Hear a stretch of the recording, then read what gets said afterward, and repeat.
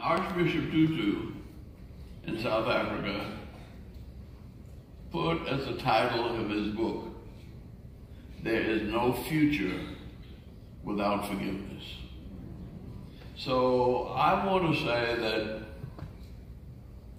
somehow we've got to get away from all of this judgment and come back to understanding and forgiveness.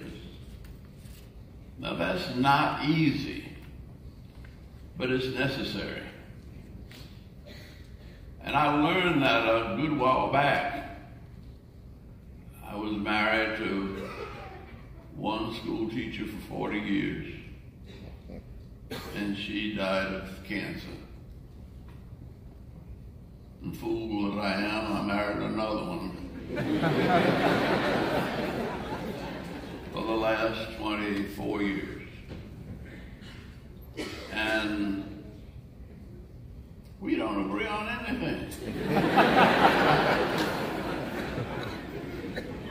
And I don't think I ever lost my temper. J.T. Johnson and I both got beat up by the Ku Klux Klan down in St. Augustine and didn't get mad. Just to get mad would be dead. You keep your head when you're about to lose it.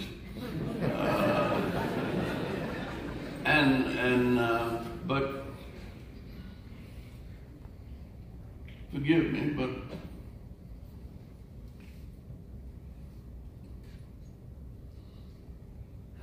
those two women are probably the only two women who ever made me really mad.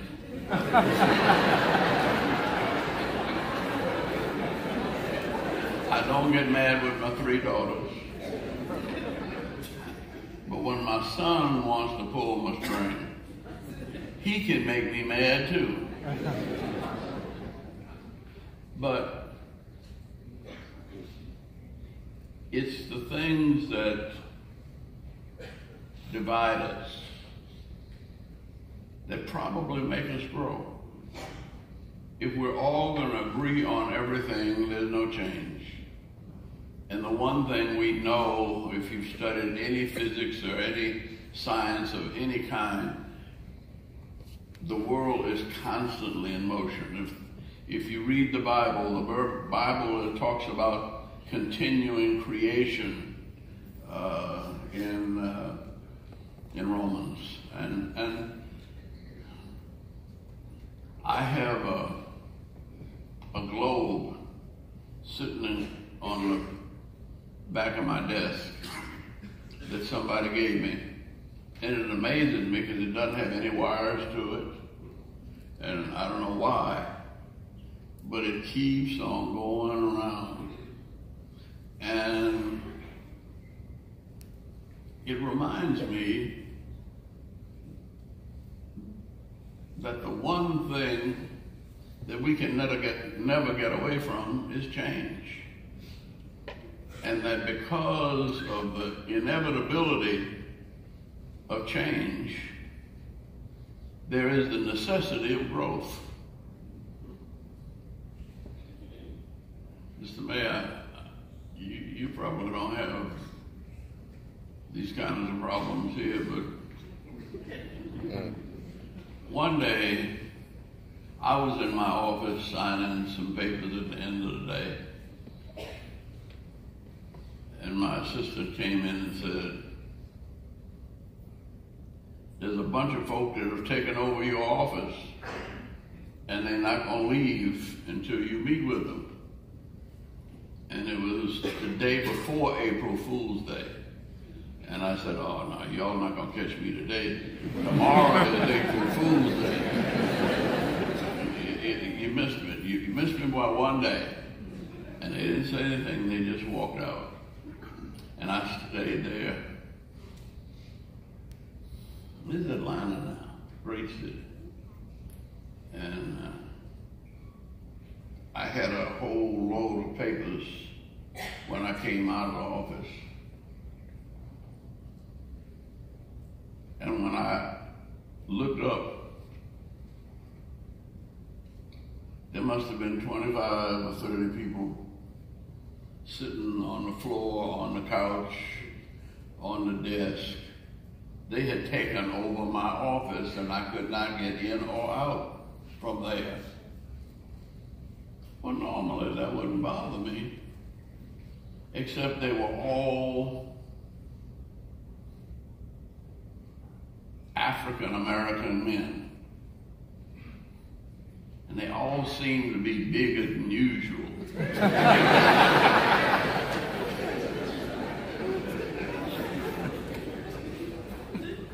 But the reason was unusual. They all had on bright green and yellow and orange and red dresses with low-cut, whatever they call that, with hairy chests. And they had like size 19 shoes with heels that high and hairy legs. And that's the only time in 8 years I was discombobulated. I didn't know what to say.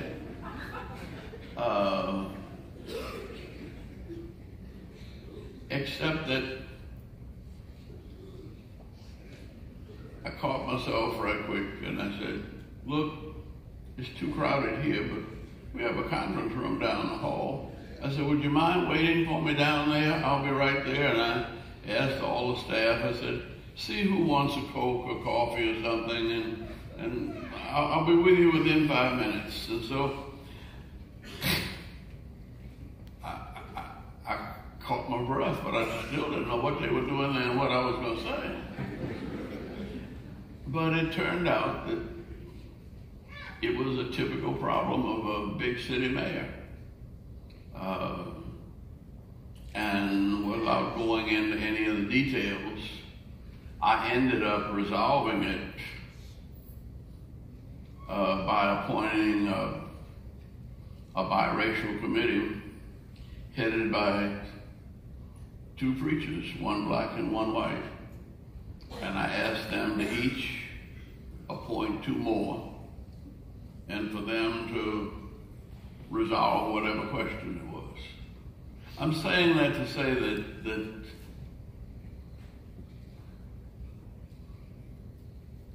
all of us are in something,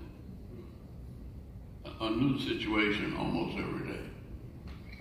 And right now, race is just one of the most obvious differences. But I don't want anybody to go back. I really don't believe I did anything that crazy when I was in high school. But I did some crazy things. I don't believe we had a yearbook.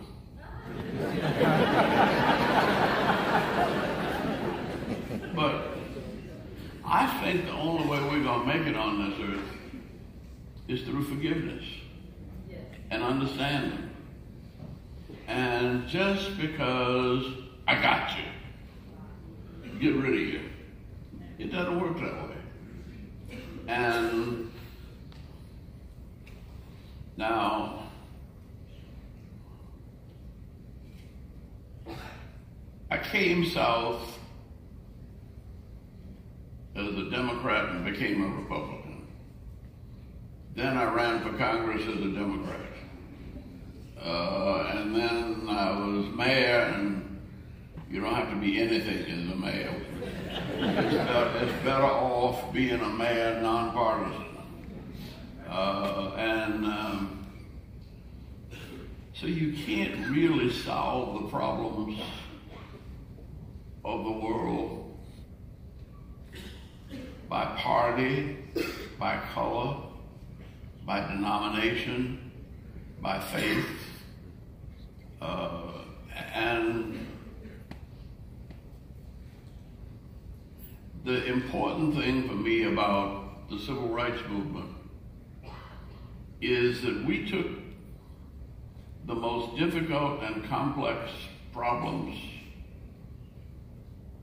in our time, and we didn't have any guns, and we didn't have any money, and we soon found out that it didn't even make sense to be angry with people who were different. Dr. King put it so beautifully. He said, look, you can't help it that you were born black or white. He said, I can't help it either. I had nothing to say about it. He said, I can't make you guilty because God made you that way. And he said, with that situation, though, God or somebody created an unjust situation.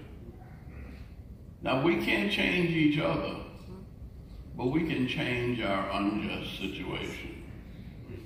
But we're only going to change our unjust situation as we get to know each other better and as we talk our way through it. Incidentally, that's the only way you're going to get along with your wife and children, too. But the amazing thing to me about nonviolent social change was that we went to Birmingham in January, and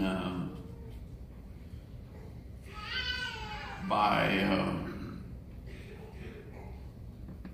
the middle of May, 100 businessmen had signed an agreement with 100 or more clergy, and we changed the way we live together, the way we shop together. But the law didn't even change. We just said, look, we can't drink water. We don't believe in colored water. And if this is white water, why you want me to drink from the colored water? I don't know what the white water tastes like. But anyway, we'll take those signs down. And we'll work it out so that the women who have worked in the women's department for the longest will also have an opportunity to get a commission.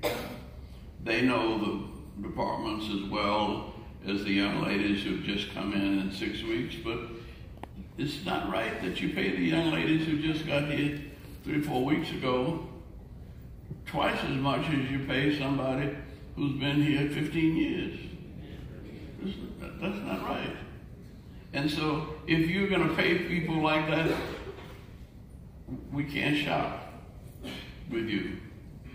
But when they realize that 90,000 black citizens in Birmingham, Alabama didn't buy anything but food or medicine for 90 days, and that we could not live in an economically unjust order if we weren't able to change it to a more just order.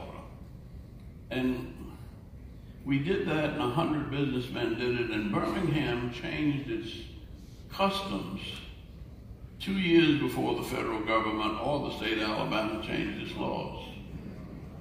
And to me, that's the power of nonviolence. Now, all you saw was the dogs and the fire hoses, and I got wet. But you don't run from a dog. You run from a dog, you get bit. You back away. And if you look at all those pictures, we had trained people to back away from the dogs, and the dogs were barking, and it would look bad. And Fire hose was hard, but you could get behind a tree. You know, you don't have to play hero and stand out there like Superman in front of fire hose. I'm saying that what we did with less than 50 people, and I don't think Martin Luther King ever had $500,000 a year to work with in his whole nationwide program. But everybody was working. If I go to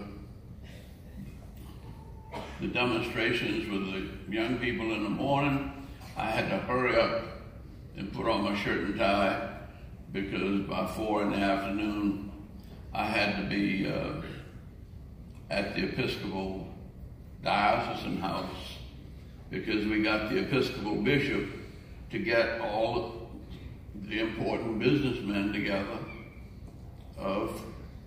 for a discussion. And it started out getting cussed out. But I've been cussed out before. It doesn't hurt if you don't pay any attention to it and if you know better. But it was necessary for them to get it off their chest, blaming us. And once we went through this ritual, we finally could shake hands, and you always know that you're getting to the end when you come into the meeting and the guy who has been the meanest and the hardest and the nastiest one says, "Reverend, why don't you open this meeting with prayer for us?" And when we're ready to pray together, we're ready to live together. It ain't that complicated. And this is the same Birmingham. And it's changed like I don't know what. Atlanta has changed so much.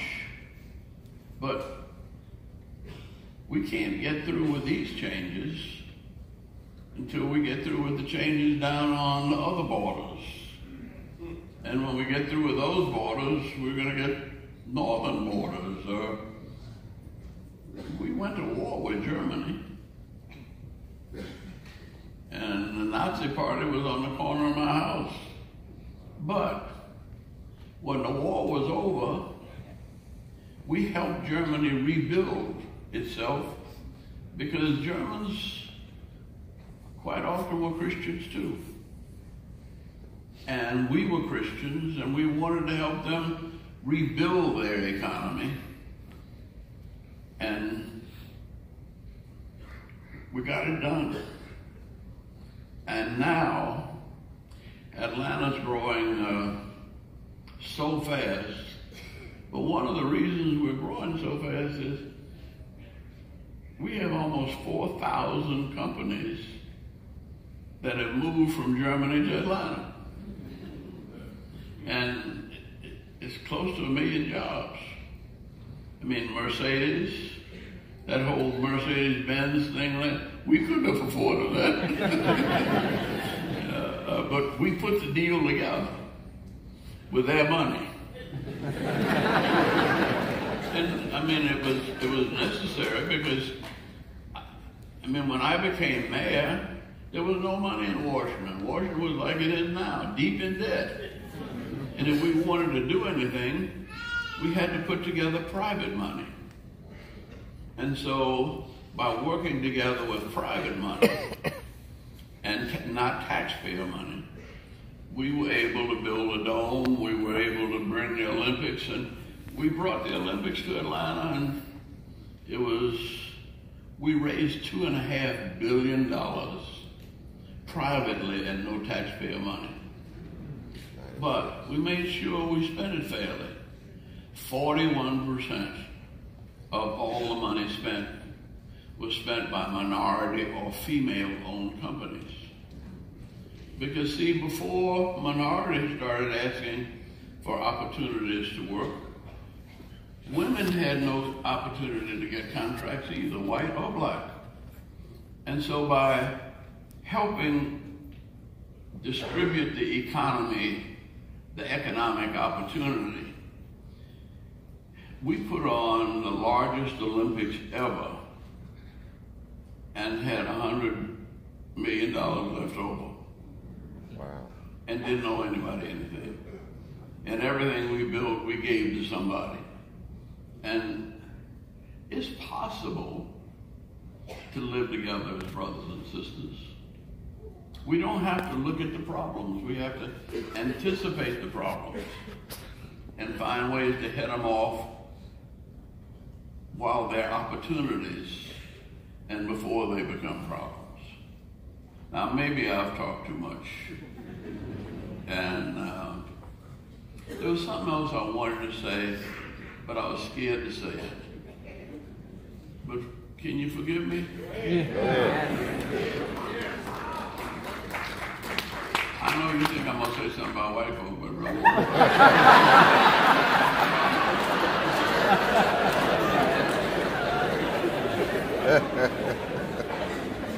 See, I grew up in a neighborhood that was predominantly white. But when I went to school, I went to a neighborhood that was predominantly black. So I used to get beat up both ways until I learned to be a good ambassador.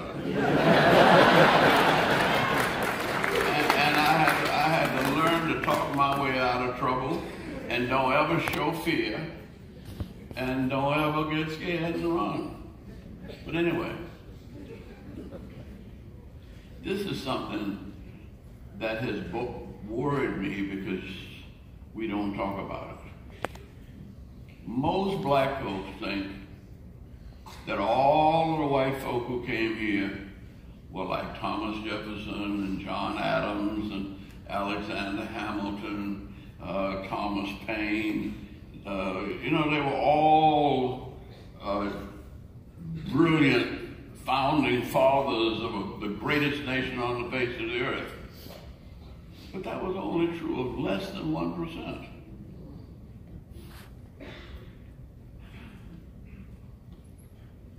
The overwhelming majority of people that came first were slaves. And the overwhelming majority of people who were here were Native Americans. And Atlanta has we're about to put up a statue in Atlanta because Chief Tamachichi, who was the Native American leader of that southeastern part of the United States, met with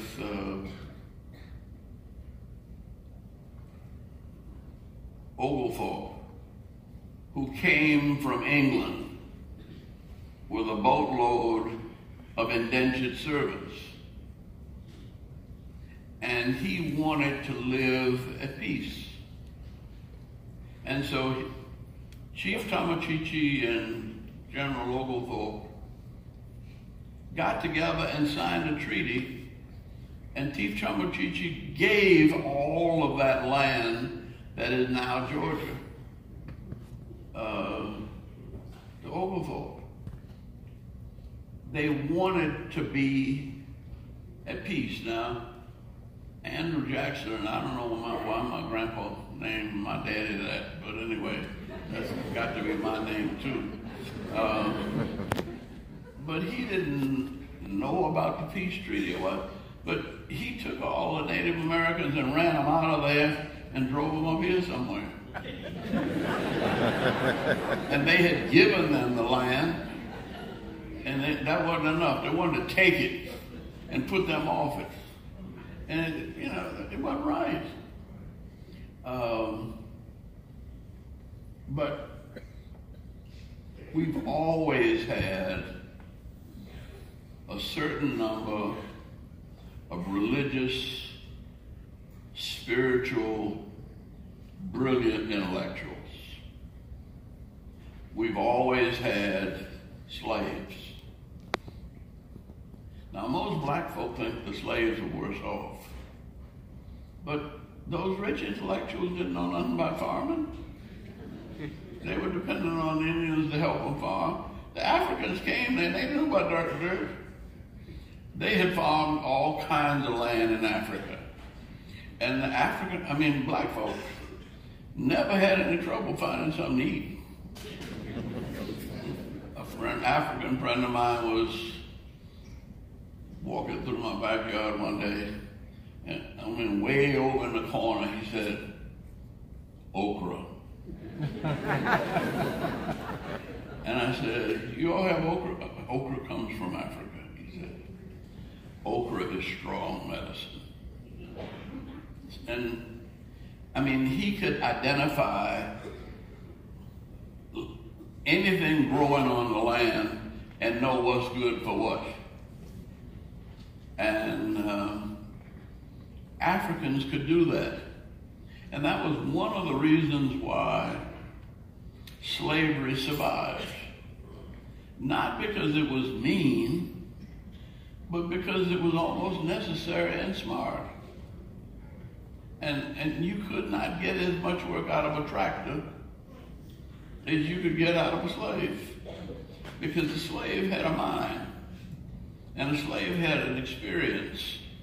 And so, I don't like black folk thinking of themselves as pitiful. We ain't got no business being pitiful. I don't care who did what to whom. Frederick Douglass saw his slave master teaching his children to read. And he used to sneak around behind till he learned to read. And he taught himself to be one of the preeminent orators and writers that this nation has produced. But he also saved money and bought real estate and created the Freedmen's Bank. And if the Freedmen's Bank had been allowed to live, this would have been a different country altogether. Because you have 40 acres and a mule plus a bank. You got it made. But 3 days after he signed the Freedmen's Bank, Abraham Lincoln was assassinated, and they closed it down. Now, what do? We didn't have any way of working together. So, let me talk about the ones I know about. And this is dangerous, forgive me. But when JT and I got beat up in St. Augustine, Florida, 1964, it helped get the Civil Rights Bill passed. But the sheriff actually deputized the Ku Klux Klan to beat us up. Now that's pretty bad. But we went to the judge, a Republican judge, and he took the badges back and fined the sheriff for doing that. And most of us went back to school or to work or moved on to someplace else. And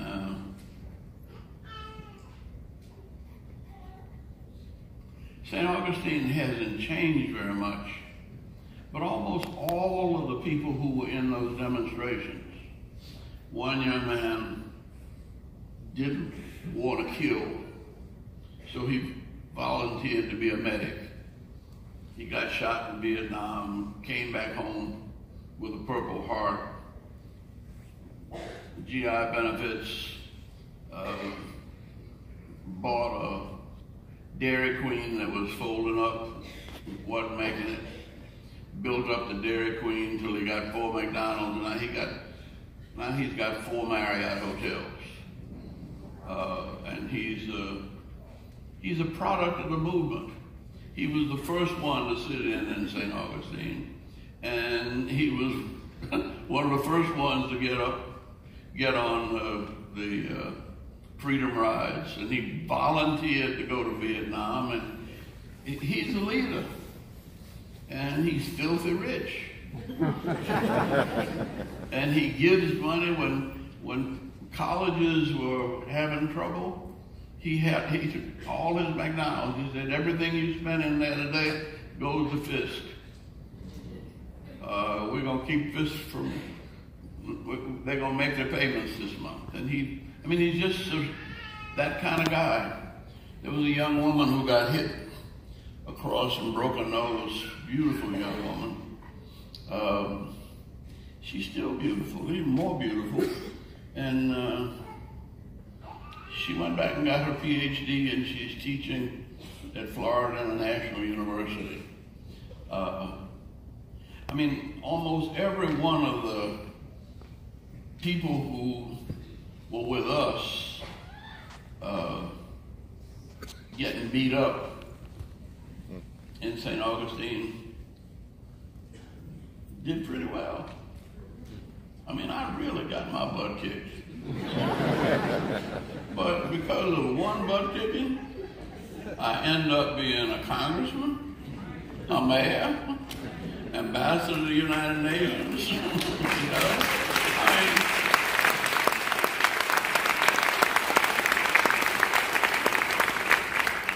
And I've been everywhere in the world practically doing something good.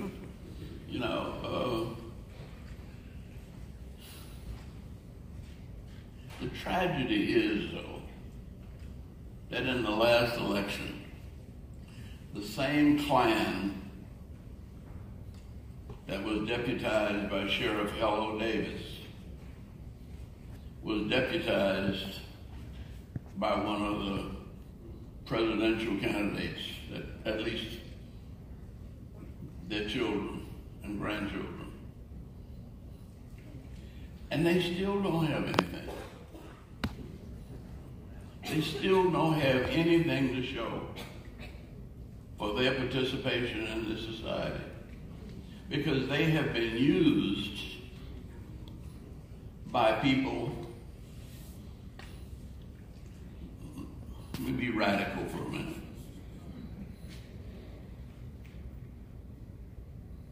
And I'm being radical. I'm not being political. I'm not thinking about candidates right now. But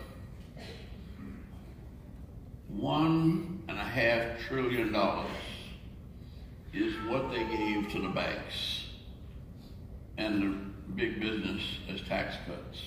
I hope some of you here were able to get some of it. I wasn't. But suppose they had given that same $1.5 trillion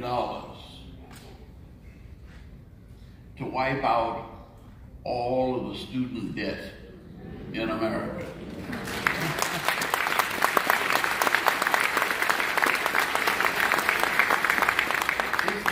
It's the same amount of money. See, the only difference is none of it trickled down to us, to me. But if we'd gotten anything, everything you'd ever wanted or everything you'd ever needed or everything, all the money that would have gone in at the bottom would have made it to the top. And then it would be recircling now for the second or third time.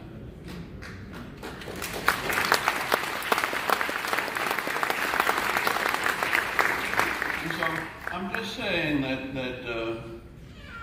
that's,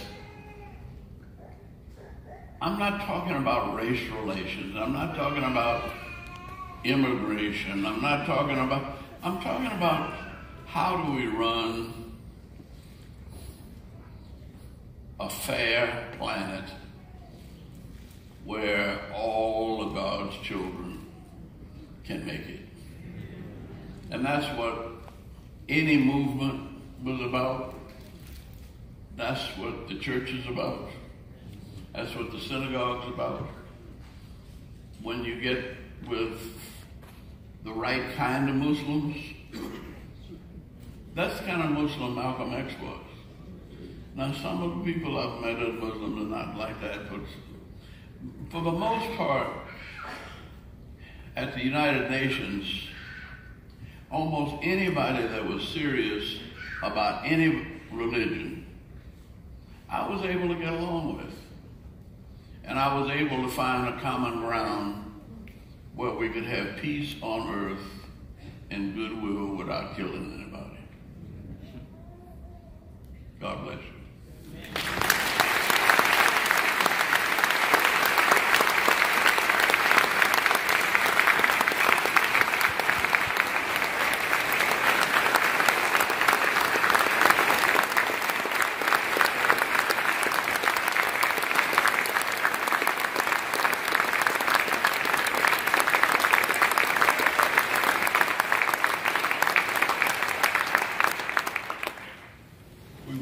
Thank Ambassador Young for sharing his story, for sharing his wisdom on tonight. At this time, we're going to open the floor for a couple of questions. The way we're going to do this today, we're providing cards on your way in. If you have those cards filled out, go ahead and hold those up, and ushers will retrieve them from you. Again, simply hold them up